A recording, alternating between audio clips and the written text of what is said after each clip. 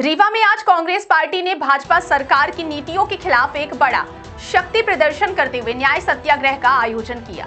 शहर के पद्मधर पार्क से शुरू हुई इस आंदोलन में प्रदेश कांग्रेस अध्यक्ष जीतू पटवारी, नेता प्रतिपक्ष उमंग सिंघार, पूर्व नेता प्रतिपक्ष अजय सिंह राहुल और पूर्व मंत्री कमलेश्वर पटेल सहित पार्टी के कई वरिष्ठ नेता शामिल हुए। इस दौरान कांग्रेसियों ने जमकर हल्ला बोला और प्रदेश में व्याप्त भ्रष्टाचार, महंगाई, कुशासन और अत्याचारों के खिलाफ जोरदार आवाज उठाई।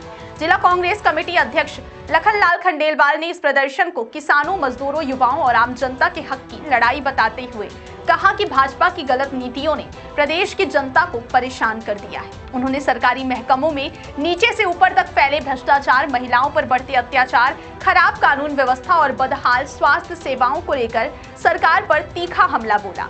कार्यक्रम का सबसे तीखा प्रहार नेता प्रतिपक्ष उमंग सिंघार ने किया, जिन्होंने उप मुख्यमंत्री राजेंद्र शुक्ल के गृह जिले रीवा में नशीली सिरप की खुलेआम बिक्री का मुद्दा उठाया।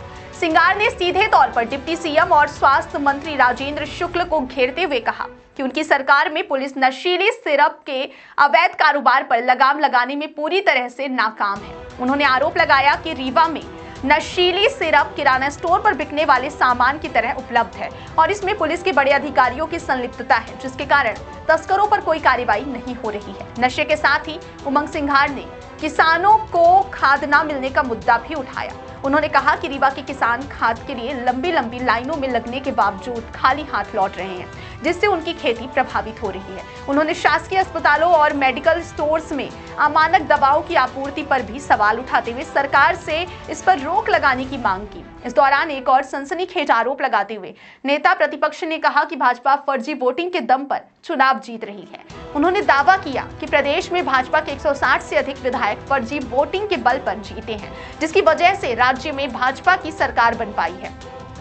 उन्होंने फर्जी वोटिंग के राष्ट्रीय मुद्दे को भी प्रमुखता से उठाया। कार्यक्रम के बाद जब कांग्रेस नेता ज्ञापन देने कमिश्नर कार्यालय पहुंचे तो कमिश्नर के न आने पर जोरदार हंगामा और प्रदर्शन हुआ। उमंग सिंघार, जीतू पटवारी और कमलेश्वर पटेल सहित अन्य नेताओं ने कमिश्नर कार्यालय में ही जमकर विरोध दर्ज कराया, जिसके बाद यह ज्ञापन लिया गया। कांग्रेस के इस न्याय सत्याग्रह में हजारों की संख्या में कार्यकर्ता और नेता शामिल हुए, जिसने रीवा में कांग्रेस की ताकत का एक बड़ा प्रदर्शन किया है। उस समय पे लेकिन मैं समझता हूँ कि सरकार भारतीय जनता पार्टी की निरंकुश सरकार हो गई है।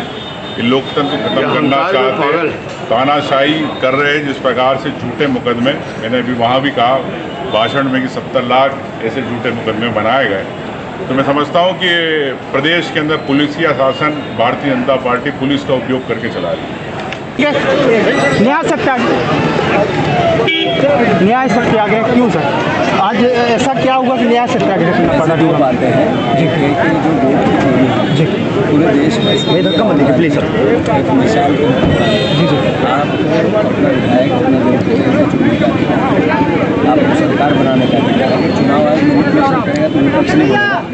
देश के विपक्ष का काम कमियों को बताना क्या कारण है कि नरेंद्र मोदी, भारतीय जनता पार्टी को गुणवत्ता लग गया चुनाव आयोग में भैया मुस्तक भी हाथ छुपाने में।